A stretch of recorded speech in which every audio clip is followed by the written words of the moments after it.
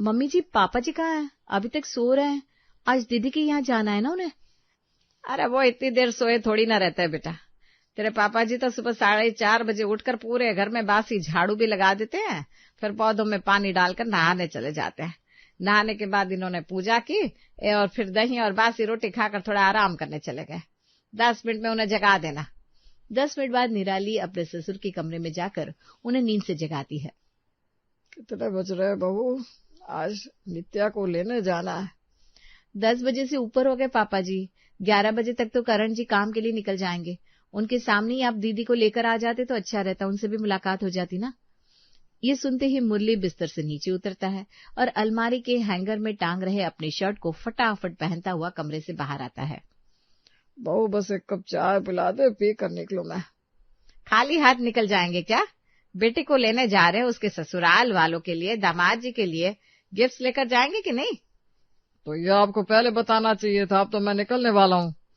अब उनके लिए गिफ्ट की तैयारी करे या निकलने की तैयारी करे? सब कुछ तैयार है पापा। निराली ने गिफ्ट हैम्पर बनवाकर गाड़ी में रख दिए। कार भी धुलकर रेडी है। अब चलिए, ड्राइवर मुझे ऑफिस ड्रॉप करता हुआ आपको नित्या के ससुराल ले जाएगा। अपनी बेटी के घर जाने के लिए मुरली बड़ा एक्साइटेड था। ड्राइवर जीतू को ऑफिस ड्रॉप करके नित्या के ससुराल पहुंचता है। अरे समधी जी, आप आइए आइए। ये क्या लेकर आए हैं आप? आप तो अपने साथ पूरा मार्केट लेकर आ गए। वैसे समधन जी नहीं दिख रही। अरे वो भी आ जाती तो घर पर बेटे का स्वागत करने की तैयारी कौन करता। और रही बात मार्केट लाने की, तो अगली बार वो भी आ जाएगा। कुछ और तोहफे और मिठाइयां हैं गाड़ी में, आप किसी को भेजकर जरा मंगवा लीजिए। वैसे भाई साहब कहाँ हैं? और दामाद जी, नित्या भी नहीं दिख रही। सभी आकर मुरली के साथ बैठते हैं, पर उसकी नजर अभी भी अपनी बेटी को ढूंढ रही थी। नित्या किचन में है पापा। जब तक वो सभी के लिए नाश्ता नहीं बना देती किचन से बाहर नहीं आएगी, तो थोड़ा इंतजार करना पड़ेगा आपको। बात तो ठीक है दामाद जी, पर आपके घर तो खाना बनाने वाली थी ना। खाना बनाने वाली हो इसका मतलब ये थोड़ी ना है कि बहू अपना फर्ज नहीं निभाएगी। हमने तो वो सीख अपनी बेटियों को भी दी है और बहुओं को भी। मायके में पता नहीं नित्या क्या करती थी क्या नहीं करती थी, पर यहाँ जब तक सुबह सुबह वो ताजा मक्खन निकाल कर सभी को खिला ना दे, हमारी सुबह नहीं होती। 6 महीने हुए हैं शादी को, पर ऐसा लग रहा है जैसे मेरी बेटी बहुत बड़ी हो गई है। 5 मिनट बाद देसी गाय की दूध की चाय के साथ भजिया लेकर नित्या किचन से बाहर आती है। सॉरी पापा, वेट करवा दिया। वो क्या है ना, जब तक ये काम पूरा ना हो जाए दूसरे काम में हाथ लगाना मुझे समझ में नहीं आता। ये तू कह रही है? तू तो एक साथ में 10-10 काम करने वालियों में से थी। जब आप जहाँ रह रहे हो उस हिसाब से बदलना पड़ता है ना पापा। यहाँ आने के बाद मुझे समझ में आया, एक बार में एक काम करने में ही काम अच्छा होता है। अब सारा काम हो गया है तो मैं आराम से आपसे बात कर पाऊंगी। पहले आप चाय पीकर बताइए। घर के पीछे ही गौशाला है, हरियाणवी गाय रखते हैं वो लोग। मैंने तो वहां का दूध टेस्ट करने के बाद पैकेट के दूध की चाय पीनी ही बंद कर दी। इवन बाहर से घी मंगवाना भी बंद कर दिया। इतना अच्छा दूध आता है कि इसकी मलाई से ना मक्खन निकल जाता है और घी भी।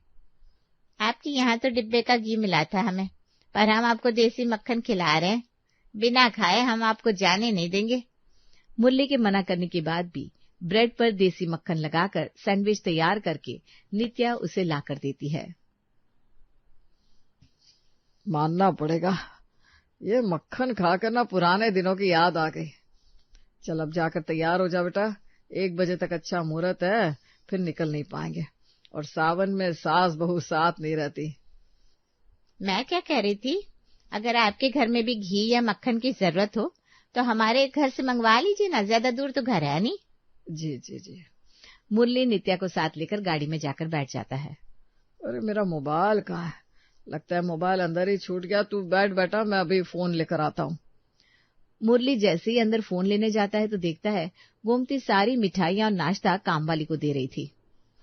बाहर के घी मक्खन का खाना तो तू ही खा सकती है, ये मिठाई तो पता नहीं कैसे मावे की बनी होगी। तू ले जा सब अपने घर। बोलना तो नहीं चाहिए, पर आपकी बहू की ससुराल से आया हुआ सामान आप मेरे को दे रही है। अगर ये नित्या भाभी को पता चला तो उन्हें कितना बुरा लगेगा। अरे तो उसे बताने कौन जा रहा है? मैं अपने हिसाब से मिठाई और नमकीन बनवाकर मोहल्ले में बहू के मायके से आया है बोलकर बंटवा दूंगी।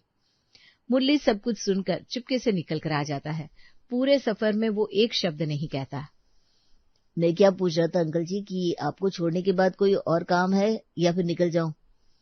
पापा ये कुछ पूछ रहे हैं? हाँ क्या? मैं कह रहा था कि बस आपको छोड़ने तक का ही काम था कि आगे भी कोई काम है?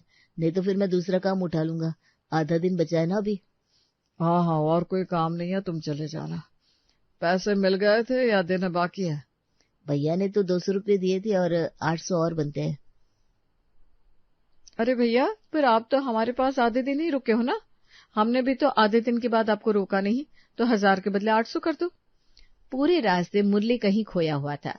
जितनी एक्साइटमेंट उसके चेहरे पर नित्या को लेने जाने वक्त थी, अब नित्या के साथ होते हुए भी उसके चेहरे पर वो खुशी नहीं दिख रही थी और ड्राइवर को पूरे पैसे देकर वो गाड़ी से नीचे उतर जाता है। ड्राइवर भैया खुद पैसे कम करने को तैयार हो गए थे, पर पापा को देखो कुछ ज्यादा ही खुश लगते हैं आज, अपना नुकसान कर लिया। नित्या जैसी अंदर जाती है, पार्वती उसे देखकर गले लग जाती है। खाना वाना नहीं खा रही है क्या? शरीर कैसे सूख गया है तेरा? और तेरे पापा कहाँ है? तेरी सास को अच्छे से गिफ्ट दिया था कि नहीं? बोल कर लेके आए ना तुझे? नहीं नहीं, शादी है बेटा, थोड़ा कायदा तो रखना पड़ता है। अगर अभी हम नियम नहीं मानेंगे तो फिर वो क्या मानेंगे? पापा तो तुमसे मिलने को इतने एक्साइटेड थे मम्मी कि मुझसे पहले ही कार से उतर कर आ गया। अरे 4 घंटे भी रुका नहीं होगा गाड़ी वाला, पूरे 1000 रुपए दे दिए इसे। अंदर ही आए थे, पता नहीं कहाँ चले गए पापा। तभी ठंडा ठंडा शरबत लेकर निराली किचन से बाहर आती है। माँ को तो बच्चे हमेशा दुबले पतले ही लगते हैं, पर सच कहूँ तो दीदी आपका साइज 2 इंच बढ़ गया है।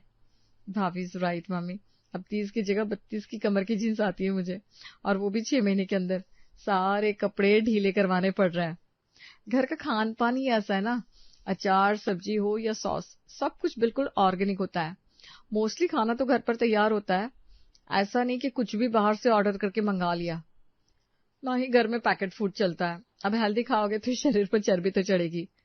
नित्या के आने से सब बड़े खुश थे। रात को जीतू जैसे ही ऑफिस से निकलता है, निराली को फोन मिलाता है। नित्या को मद्रास डोसे वाले का डोसा बड़ा पसंद है, तो उसके लिए डोसा लेकर आता हूँ। तुम क्या खाओगी, इडली या सांबर वड़ा? और बाकी सबसे भी पूछ लो। वाह जी वाह, मैं रोज कहती रहती थी मुझे झालमुड़ी खानी है, तब तुम कहती थी फुर्सत नहीं है, और आज बहन आई तो भाई का प्रेम जाग रहा है। चलो अच्छा, इसी बहाने हमें तो कुछ खाने को मिलेगा। निराली सभी से उनके मनपसंद का खाना पूछने के बाद अपने ससुर जी के कमरे में जाती है। पापा जी, आप डोसा खाएंगे, इडली खाएंगे या फिर सांभर वड़ा, मेंदू वड़ा या कुछ और खाना है तो वो बताइए। ये वैसे ना मद्रास डोसे वाले के पास गए हुए हैं। तुम लोगों को जो खाना है खा लो, दोपहर का चावल बचा होगा उसी के साथ दाल और अचार खा लूंगा मैं, और जाते वक्त दरवाजा बंद कर देना। पापा जी को क्या हो गया? सुबह तो बड़े खुश लग रहे थे। जीतू सभी के लिए डोसा, सांभर वड़ा और इडली लेकर आता है। सारा खाना डाइनिंग टेबल पर था, पूरा परिवार साथ में खा रहा था, पर कोई उनके साथ नहीं था तो मुरली। ये तेरे पापा को क्या हो गया है? जब से आए हैं एकदम गुमसुम से है। उम्र भी कोई चीज होती है मम्मी, ट्रैवल किया है ना, पापा ने थक गए होंगे। मैं खाना कमरे में ले जाता हूँ। जीतू कमरे में जाता है और देखता है उसके पापा बिल्कुल शांति से बैठे हुए दीवार पर लगी अपनी बेटी की विदाई की फोटो देख रहे हैं। नित्या खुश है पापा, निराली भी तो किसी के घर से यहाँ आई है। मम्मी को आपके पास भेजू क्या? अगली सुबह खाने के टेबल पर पार्वती ने सभी के लिए मक्खन वाले आलू के पराठे बनाए थे। आज तो लगता है किचन का दरवाजा खुलेगा ही नहीं। भाभी बताओ ना अंदर क्या चल रहा है? अरे भाई, मुझे सच में नहीं पता दीदी, मम्मी ने कह दिया भाई मेरी बेटी आई है, खाना तो मैं ही बनाऊंगी। अब देखो बाहर क्या आता है। अरे मम्मी हो गया, अब ऐसा क्या बनाने वाली हो? पिज्जा बना रही हो क्या? ये अच्छा है तू आई है तो मम्मी किचन में है, वरना रसोई का मुंह देखना छोड़ दिया था मम्मी ने। इसी बहाने मम्मी के हाथ का खाने को तो मिलेगा। पार्वती पराठे लाकर सभी को परोसती है। तुझे आलू के पराठे बड़े पसंद है ना? खाकर देख, कुछ कमी हो तो बताना। इतने दिनों बाद बनाया है, बड़ी टेंशन हो रही है। बाजार वाला मक्खन लगाया है तूने तो, इसे पराठे कहाँ से पसंद आएगी? आपकी बेटी को तो अब घर पर देसी गाय के दूध से निकला हुआ मक्खन भाता है, क्यों है ना नित्या? अब तो इसे ससुराल के खाने की आदत हो गई है। ये कहकर मुरली अपने खाने की थाली लेकर कमरे में चला जाता है। क्या बात हो गई है? तूने कुछ कहा है क्या अपने पापा से? नहीं तो मैं कुछ क्यों कहूंगी? मुझे लगता है नित्या को लेकर पापा जरा इमोशनल है मम्मी। कल रात को भी लगातार नित्या की विदाई वाली फोटो देखे जा रहे थे। शायद उन्हें अब एहसास हो रहा है कि उनकी बेटी पराई हो चुकी है और एज ए गेस्ट आई है। कई लोगों को रियलिटी कुछ देर बाद हिट होती है। आई गेस हमें उन्हें वक्त देना चाहिए। सभी वापस खाने में लग जाते हैं, पर निराली अभी भी जरा उलझन में थी। अपने पापा की हरकतों को भी ये नहीं समझ पा रहे। मम्मी खाने में लगी है, किसी को समझ में नहीं आ रहा कि बात वो नहीं है जो ये समझ रहा है, बात कुछ और ही है। कुछ देर बाद निराली अपने पापा जी के लिए दोपहर का खाना लेकर दुकान पर जाती है। छोटू भैया पापा कहाँ है?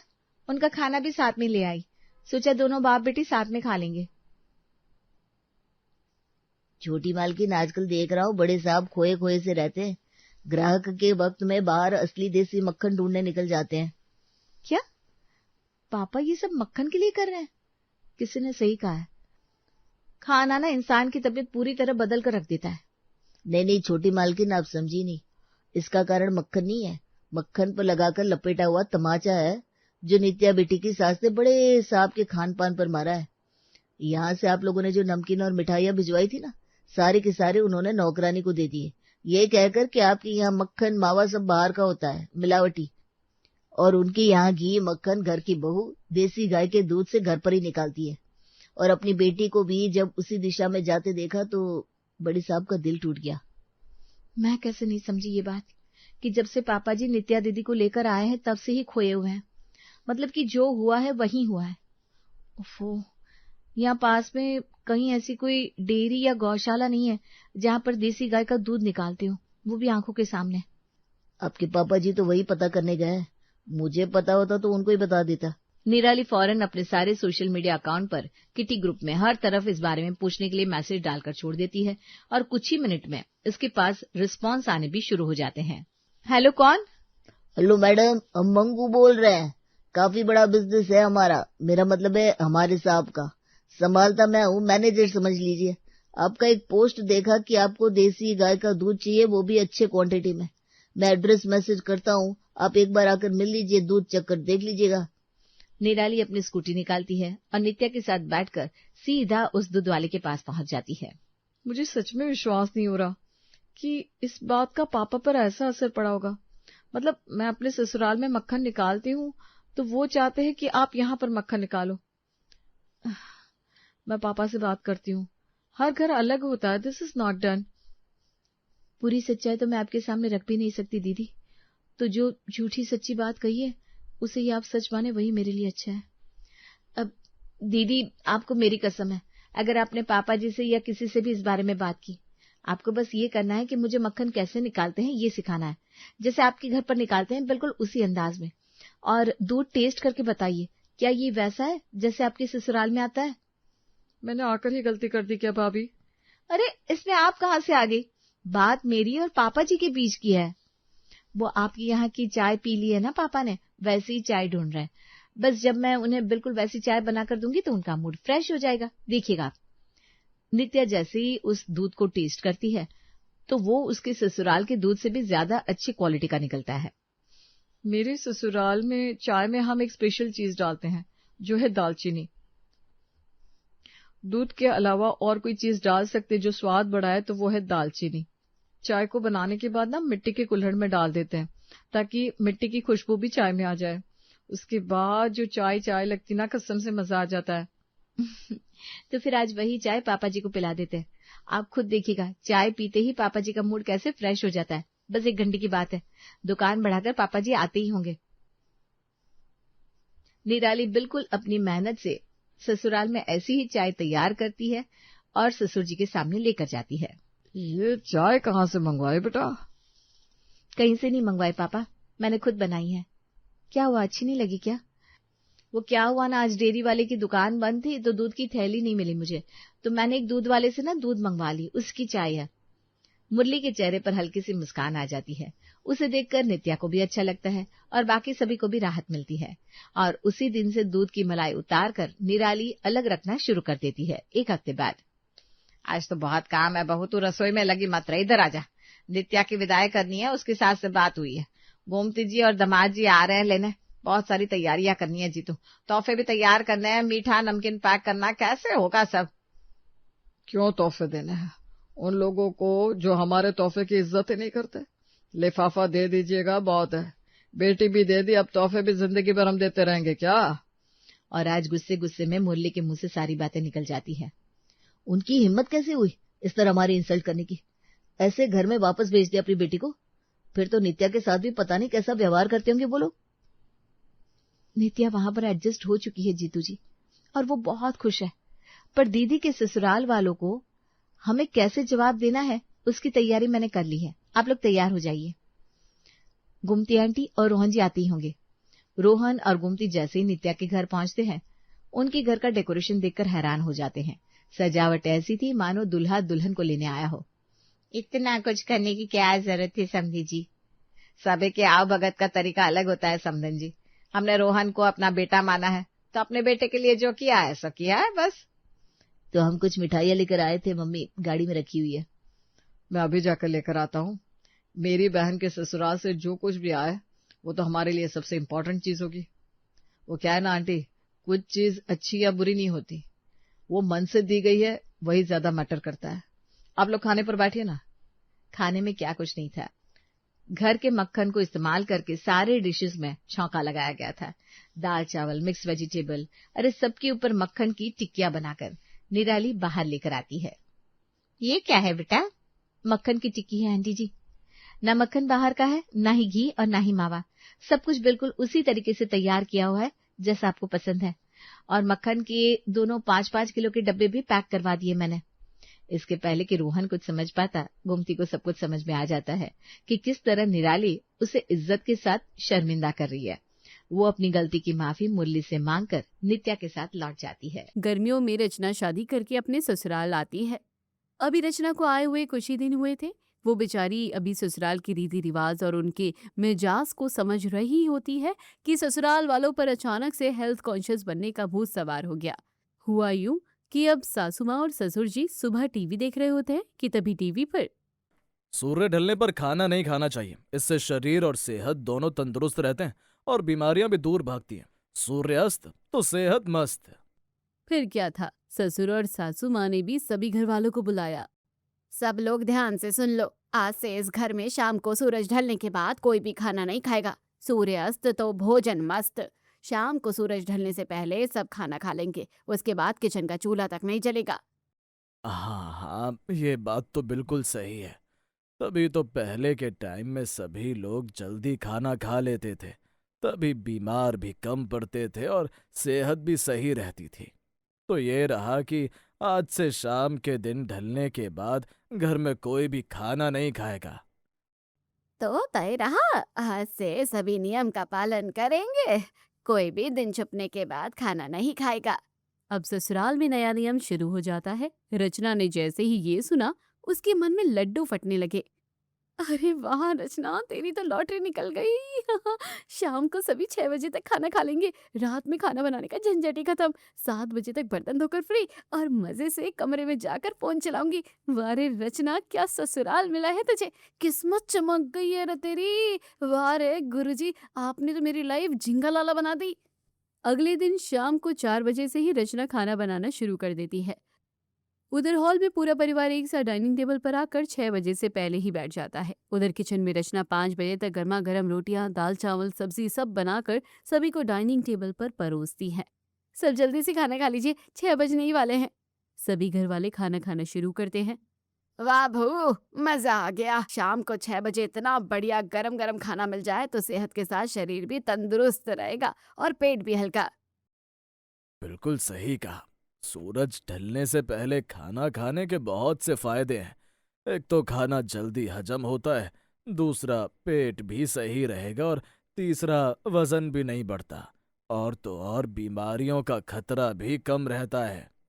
तभी पति अनुज, सच में यार, शाम को बारिश में खाना खाने का अपना अलग ही मजा है। खाना खाने के बाद काफी समय भी बच जाता है, फिर मजे से कमरे में जाकर अपना कुछ भी काम कर लो। वाह रचना, तेरी तो लॉटरी निकल गई। क्या किस्मत पाई है तूने। जरूर पिछले जन्म में कोई पुण्य किए होंगे तूने, जो ऐसा ससुराल मिला। धन्य हो गुरुजी, अपनी कृपा सदैव ऐसे ही बनाए रखना। फिर रचना सभी के खाने के बाद गुनगुनाते हुए झूठे बर्तन, किचन की साफ सफाई करती है। आज मदहोश हुआ जाए रे मेरा मन, मेरा मन शरारत करने को जी चाहे, मेरा मन, मेरा मन। रचना किचन का सब काम करके 7 बजे फ्री हो जाती है। आज तो बल्ले बल्ले हो गई, कसम से यार मजा आ गया। रात का खाना बनाने का झंझट ही खत्म। चलो अब अपने कमरे में जाकर मजे से एसी में बैठकर फोन चलाऊंगी। लेकिन बेचारी रचना को क्या पता था कि उसकी ये खुशी बस कुछ ही पल की मेहमान है, जिसकी उसने सपने में भी कल्पना नहीं की थी। अब तक तो 2 हफ्ते ठीक ठाक से बीत जाते हैं, लेकिन जैसे ही गर्मी का मौसम खत्म हुआ वैसे ही बारिश का मौसम शुरू हो गया। बाहर झमाझम बारिश, ठंडी ठंडी सुहावनी हवा चल रही होती है। रचना 4 बजे से ही किचन में खाने की तैयारी में लगी होती है। बाहर झमाझम तेज बारिश और अंदर पूरा परिवार, ससुर जी, सासू माँ, दादी सास, पति, अनुज सभी एक साथ डाइनिंग टेबल पर बैठे हुए होते हैं। तभी रचना 6 बजे से पहले ही राजमा चावल, सब्जी, रोटी, सलाद सब बनाकर तैयार करके ले आती है और मुस्कुराते हुए सभी को परोसती है। दादी जी, ये खास आपके लिए, पहले आप लीजिए, एकदम गर्मा गर्म राजमा चावल है। वाह पोता बहू, क्या खुशबू आ रही है। बारिश के मौसम में खाना सामने आते ही खाने की भूख भी दुगनी हो जाती है। ला पोता बहू, जल्दी से मेरी प्लेट में लगा दे। जी दादी जी, जल्दी से खा लीजिए, 6 बजने ही वाले हैं। अरे हाँ, पता है, अब खाने भी देगी या नहीं, बस समय ही बताकर ही पेट भर देगी। फिर दादी सास खाना खाने लगती है। अरे वाह रे बहू, क्या चटाकेदार राजमा चावल बनाए हैं, मजा ही आ गया ऐसी बारिश में। मेरी तो आत्मा ही तृप्त हो गई है। बहू, मुझे थोड़े राजमा चावल और देना। बाहर कितनी अच्छी झमाझम बारिश का मौसम है और अंदर पूरा परिवार एक साथ बैठकर खाना खा रहा है। शाम को 6 बजे से पहले ऐसा बढ़िया खाना आहा मिल जाए ना, तो सेहत भी बनी रहे और मन भी प्रसन्न हो जाए। तभी पतिदेव, यार रचना, पता है मजा आ गया। इस बारिश में गर्मा गर्म खाने की कैसी फीलिंग आ रही है, बिल्कुल ढाबे जैसी। सच में यार, बाहर ठंडी ठंडी बारिश और अंदर पूरा परिवार एक साथ खाने की टेबल पर, भाई दिल खुश हो गया। रचना सभी को खाना परोसते हुए फूले नहीं समाती।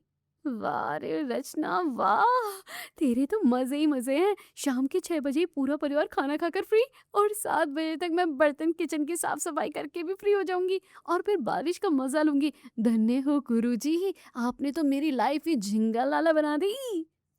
फिर पूरा परिवार खाना खाने के बाद बारिश का मजा लेता है और रचना भी गुनगुनाते हुए मजे से 7 बजे से पहले बर्तन किचन की साफ सफाई करके बिल्कुल फ्री हो जाती है और अपने कमरे में जाकर मजे से बारिश की रील बनाती है। तभी 1 घंटे बाद दादी सास अपनी कमरे से आवाज लगाती है, अरे पोता बहू, जरा सुन तो।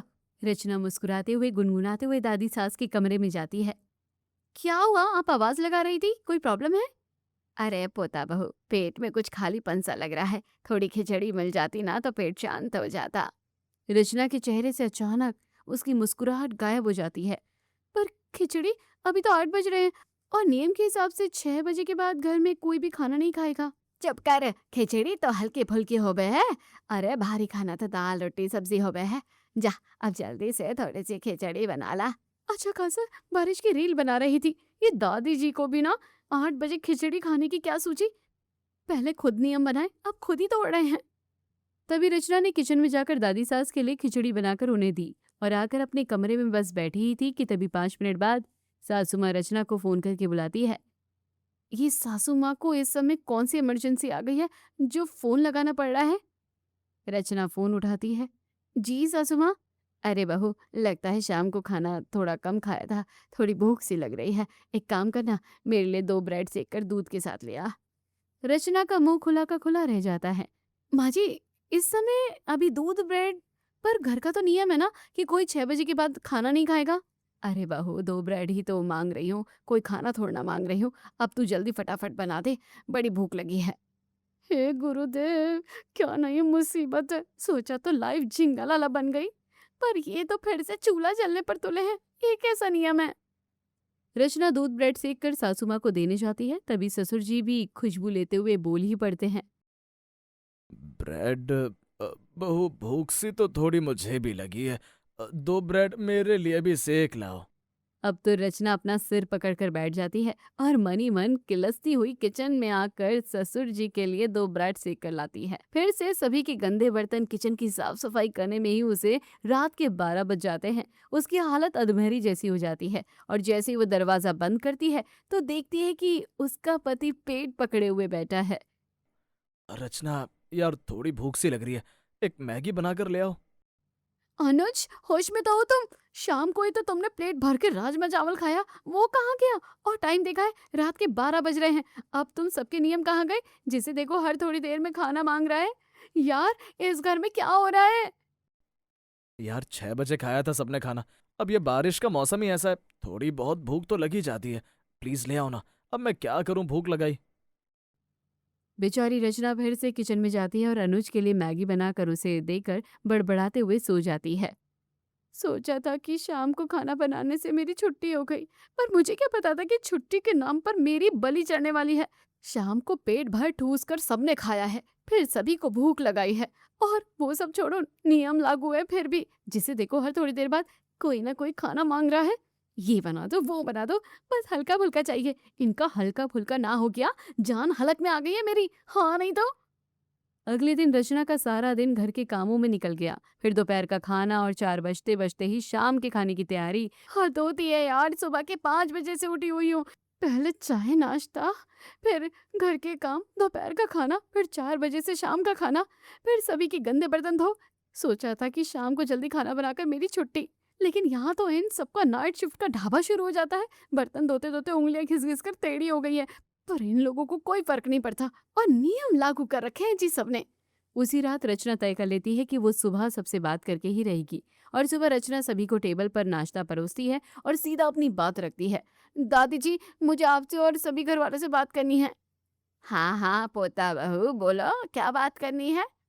दादी जी, जब से आप सबने नियम बनाया है शाम को 6 बजे के बाद खाना ना खाने का, मुझे लगा कि शाम को जल्दी ही काम निपट जाएगा और रात की छुट्टी मिल जाएगी।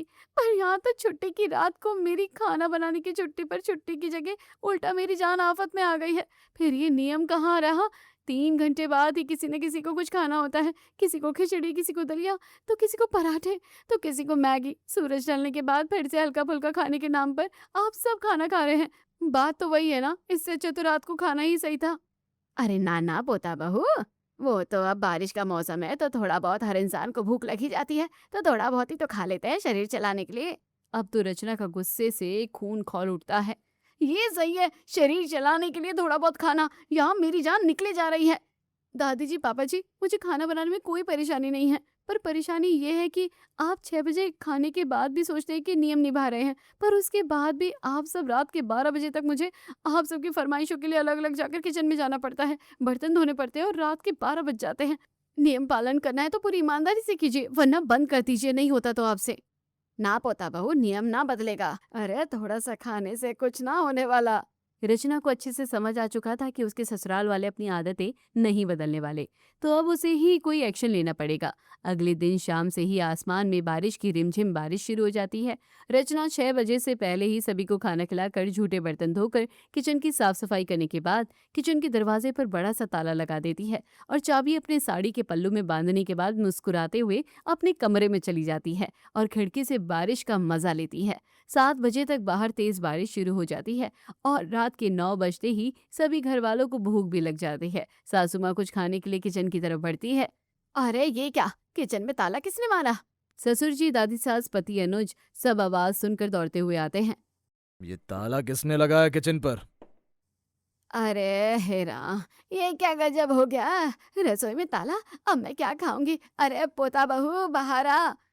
रचना मुस्कुराते और इतराते हुए अपने कमरे से बाहर निकलती है। क्या हुआ दादी, पापा जी, मम्मी जी, अनुज, आप सब इतना शोर क्यों मचा रहे हैं? पहले ये बता कि इस किचन में ताला किसने मारा? तुमने लगाया क्या? रचना अपनी साड़ी का पल्लू लहराते हुए इटलाते हुए बोलती है। हाँ दादी जी, पापा जी, मम्मी जी, अनुज, ये किचन पर ताला मैंने ही लगाया है। अब आपको समझ में तो आने वाला नहीं था। मैंने सोचा 6 बजे सबके खाने के बाद किचन की साफ सफाई बर्तन काम खत्म होने के बाद ही ताला लगा दूं। अब आप सब तो सुधरे नहीं, यहाँ मेरी जान आफत में आ गई। सारा दिन किचन में काम करते करते हालत खराब हो गई है मेरी। यहाँ नियम के नाम पर मुझे ज्यादा काम करना पड़ा है। डबल डबल खाना, बर्तन साफ सफाई, सुबह से कमर टेढ़ी हो जाती है मेरी। नियम तो आप सबने बड़ी शान से बना लिए। सूरज ढलने पर कोई खाना नहीं खाएगा, सूर्यास्त तो सेहत मस्त रहेगी। अरे मैं भी इंसान हूँ, यूं 24 घंटे दिन भर मरती रहती हूँ, पर आप सबको क्या? या तो आप सब अपने नियम बदल दीजिए, फिर से पहले की तरह रात में खाना खाइए, नहीं तो 6 बजे के बाद किचन बंद। बात तो तेरी सही है बहू, हमें समझ आ गया है कि ये हमारी ही गलती है कि हमें अपनी भूख पर कंट्रोल रखना चाहिए था। दादी सास, सासू माँ, ससुर जी, अनु सब एक दूसरे का मुंह ताकते रह गए। उन्हें समझ आ गया था और सभी को अपनी गलती का एहसास भी हो जाता है। हाँ पोता बहू, तू बिल्कुल 16 आने सही कह रही है। बात तो तुम बिल्कुल सही कह रही हो। अब से सब कोई भी दिन ढलने के बाद नहीं खाएगा। चलो देर से ही सही दुरुस्त आए। बहू अब तक किचन का ताला खोल दे। ना ना माँ जी, ये अब ताला सुबह ही खुलेगा, जब तक आप सब पूरी तरह अपनी भूख पर कंट्रोल करना नहीं सीख जाते। रचना का जवाब सुनते ही सभी घर वाले, सासू माँ, ससुर जी, दादी सास, पति देवनुज एक दूसरे का मुंह ताकते रह गए। फिर सभी जोर से ठहाका मारकर हंसने लगते हैं। अरे पता बहू, क्या तीर निशाने पर मारा है, हम ही तूने हमारी चाल में फंसा दिया। सही कह रही है बहू, नियम करना है तो सही निभाओ और अपनी भूख पर काबू पाओ। अब तो खुश हो जाओ रचना। आज से रात की तुम्हारी शिफ्ट नाइट ढाबा बंद। अगली सुबह 5 बजे ही रचना किचन का ताला खोलती है और अगले 1 महीने तक सबने अपनी बेवजह भूख पर कंट्रोल पा लिया और किचन से ताला हट गया। शाम को 6 बजे के बाद किचन में चूल्हा बंद नियम बना रहा और रचना बहू आराम से अपने कमरे में बारिश का मजा लेती और रील बनाती।